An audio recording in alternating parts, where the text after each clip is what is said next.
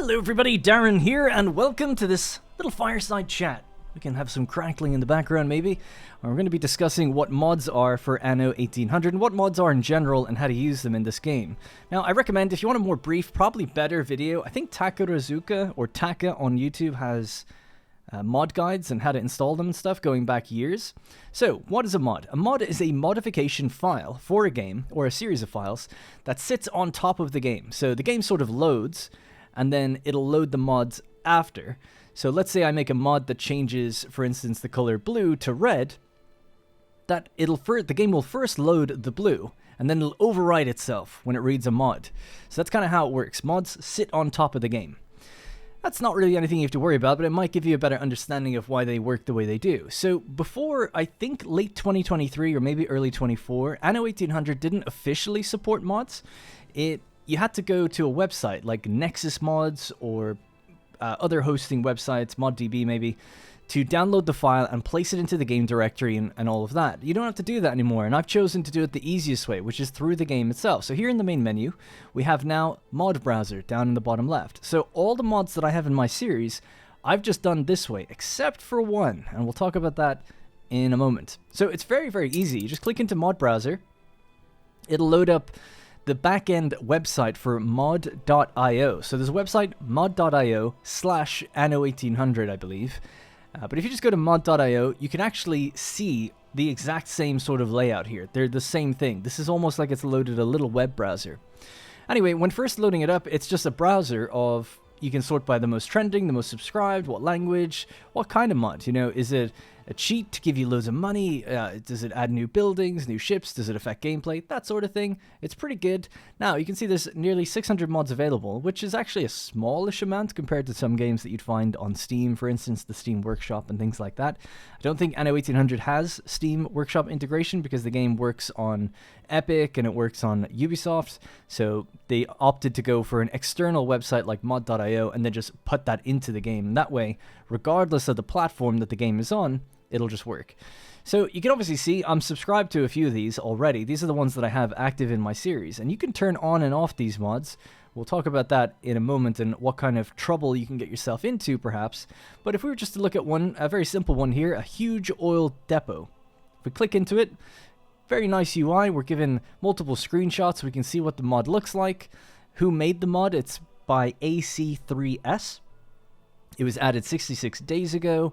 People have rated it positive, so it's likely to work. And then it just says, adds a land-based, huge oil depot that increases the island's oil capacity by 1,200 for the old world and the new world.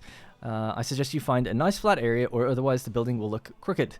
So, excuse me, because yeah, sometimes buildings on hills don't look very good, but especially with modded content, you're going to sacrifice just a little bit of quality sometimes compared to the base game. And that's why they can get them out so quick, usually, you know, because they're not beholden to any quality checks and QA and all this stuff. So, basically, if you want to get the mod, you just subscribe to it, and then it's like active, and it goes into your collection. So at the moment, I have 50 mods active in my collection, and you can just deactivate them if you don't want them to be active in your game. Now, let's say that I was running 10 mods for whatever reason. 10 mods were active, and then I decide, you know what, I don't want that oil depot anymore. I'm going to deactivate it. So I click deactivate, and then I try load my save. In fact, we can actually just test this out now. I'll just get rid of, let's see, Imperio Shipyard. Just going to deactivate that. Okay, very simple. Gonna head over now. So the game has to apply the changes to the game. It's actually really good that a game can do this while you're playing it. A lot of games require you to restart. Now, I've actually seen a few instances in this where you do have to restart, because you might load in and then there's like missing textures and you're like, huh, this building looks invisible. But if you restart the game, it should definitely work then. But that's pretty rare. I've only had that happen once. Anyways, so it does take a while because we've got 50 mods. The more you have, the longer it takes to kind of rebuild the game in the background. So maybe we'll just cut ahead here in a second. Alright, it took a little while, but it's done. So I'm just going to go load game now, and if I was just to click this, it'll say, mods, the save game you're about to start uses mods that differ from your current mod settings. Missing, but ready to download. So the Imperio Shipyard, it recognizes that this save file has previously saved with this mod active. And the reason it's telling you that this could be an issue is because if I had built the oil depot, for instance, and then I deactivated the mod and I tried to load the save, the game would either crash or the oil depot would be like missing in the save file. It would just be empty and maybe things would go out of whack or something. Most likely it would just crash. But I haven't actually tested what happens. But in normal games, most games, if you try to load a game with missing mods, the save either won't load or things will be extremely messed up when you do get into the game. So it's good that it has a sort of error catching system to let you know what you're missing. Now, the danger with mods is that creators can update them or even delete them. So you're risking things when you use mods in a series. That's why I didn't use them in the old series. But for this one, now the game's out for so long, I'm hoping no one does that. But you could run into a situation where someone just deletes their own mod and then you're kind of out of luck. That's why some people actually go to the game directory and just kind of copy them and keep them to themselves and keep it local, so you don't have to worry about people updating their mods or breaking current saves and things like that. That's a bit more of a complicated thing. I think if anyone's here watching this video, it's most likely because they're new to modding and they want to know what to do. So I would just go through this browser system. That's what I'm doing. However, there was one mod that sometimes you'll come across mods that have this issue where they ask you to say specifically, save this locally. So I'll talk through that just a little bit. Let me see if I can remember the name of this one.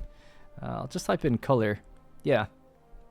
So adjustments, AI color and logo changer. So in order to change the color of my faction from blue to red and the different AI colors as well. I can't seem to click this, by the way. Oh, that's because it's local, yeah.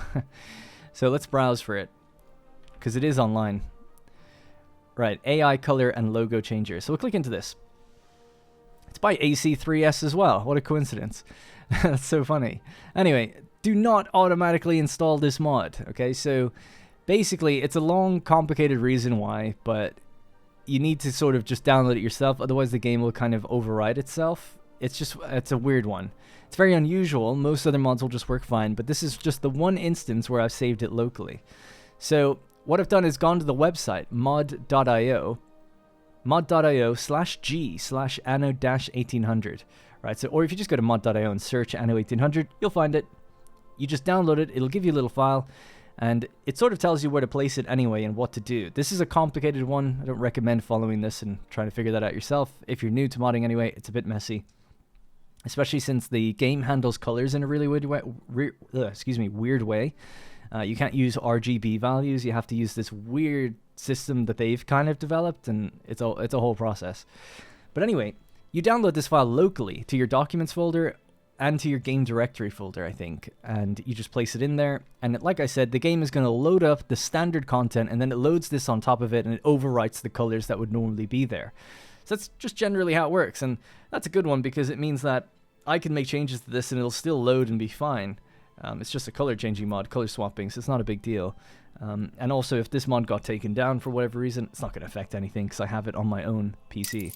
So hopefully, I mean, this seems like really, really simple and basic, but hopefully this sort of explains it. I shouldn't have clicked that actually because it's going to reapply things again for a while. But just while that's happening, so again, you just browse for whatever mods you want. You just have to know and be aware that mods can conflict with each other. You know, if there's a mod that basically, I don't know, removes all the needs of workers, and then there's a mod that adds needs of workers, whichever one loads last is going to be the one that applies those effects. So you can overwrite yourself if you're not careful choosing the different mods. And what else? Oh, you can also deactivate mods but stay subscribed. So they'll update and they'll be on your computer, but they won't actually be active in a particular save. So you could actually run, if you have two save files, or maybe you play online with someone. I don't know if mods work online. In other games they do, but I haven't tested in this. But you could almost have like a playset. It's like, oh, these 10 we use when we play together, and these 7 I just use on my own. So that way you can keep them subscribed and just activate or deactivate the ones that you need at the time you're playing. So that's why that feature is there, in case you're wondering. So you can see that takes quite a while, especially with all these. I'll just hop back in one last time. So to go over the mods that I have then, just very quickly, this is my collection. Just bear with me one sec. I had to blow my nose so badly. All right, anyways. The perfect specialists and items pack. So I haven't looked through this. I just thought, hey, it's got good reviews. Seems good to me. I'm not much of an item guy, but it's basically got tons of new items. So it's like, oh, cool. Extra content. Happy with that. The next one would be Nature Ornaments mod. Looking forward to this. So basically, this allows you to plant trees as ornaments the way you normally would, but it doesn't have the base grass underneath it. It just has, like, nothing. So it blends really well with the standard terrain that's in the game. And we'll see that a little bit later. There's also some really cool ones where they come with fences. So it looked like a little picket fence outside people's house with trees and bushes and whatever other ornaments in there. So it's just a nice little mod. It doesn't replace the ornaments in the game, so you have both. You have a little part of the menu that has these ones and a little part of the menu that has the standard ones. Streets and railways. I don't know why that went away. That again, streets and railways, there we go. Yeah, different types of power lines and how the railways look. Just again, little changes like that. To speed this up, because there is 50, I won't go through everything, but extended agriculture modules. I don't even remember what this is. Oh, yeah. No, this is the main farm one that I've got. This is a really big change, actually, to the game. So it changes the whole, like, you can read about it here, but... And I haven't even read it all. I'm just like comfortable to go like, hey, it's highly rated. It seems interesting. I read a little bit and I'm like, yeah, cool. We'll just play with it and figure it out. You could probably disable this and things will still work. You'll just throw your economy out of whack until you figure it back out. So it's one that I thought like, okay, I could turn it off if it's really not, imbalanced or something.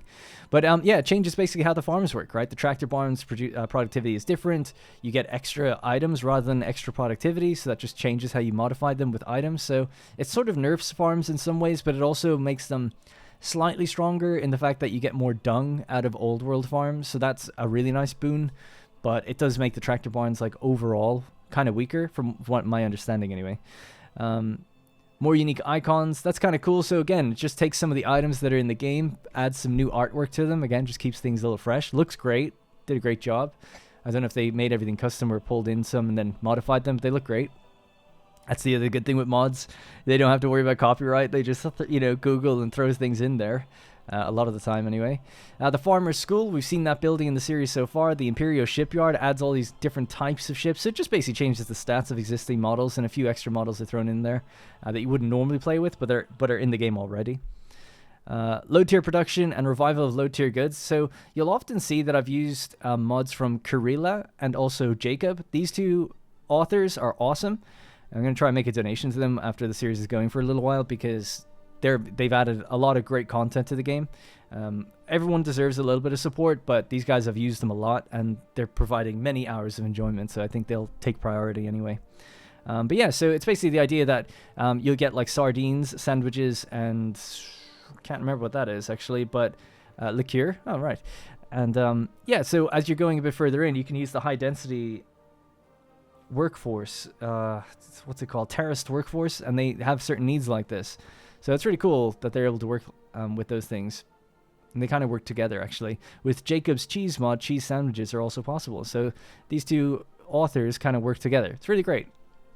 So, again, I could be here for an hour going through all of these. This is why I haven't, and I won't bother, because it's just, we'll just see it as we play the game. That's kind of the fun of it, at least to me. It's like playing the game as you would normally for the first time, because it's like, oh, this is a building that we have, this is a production chain we have. I don't really feel the need to spend an hour and a half spending even just, because there's 50 mods. If I spend a minute on each one, that's an hour basically to describe everything.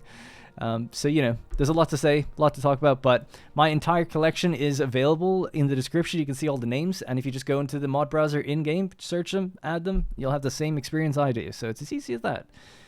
So yeah, I think that's basically it. If I can't think of anything else. The only other one that would be weird is the smaller UI mod. So I have my UI scaled down to, oh my god. I think by default it says 85%, but I've scaled mine to 90. To do that, I've downloaded the mod and then made an amendment to the file itself.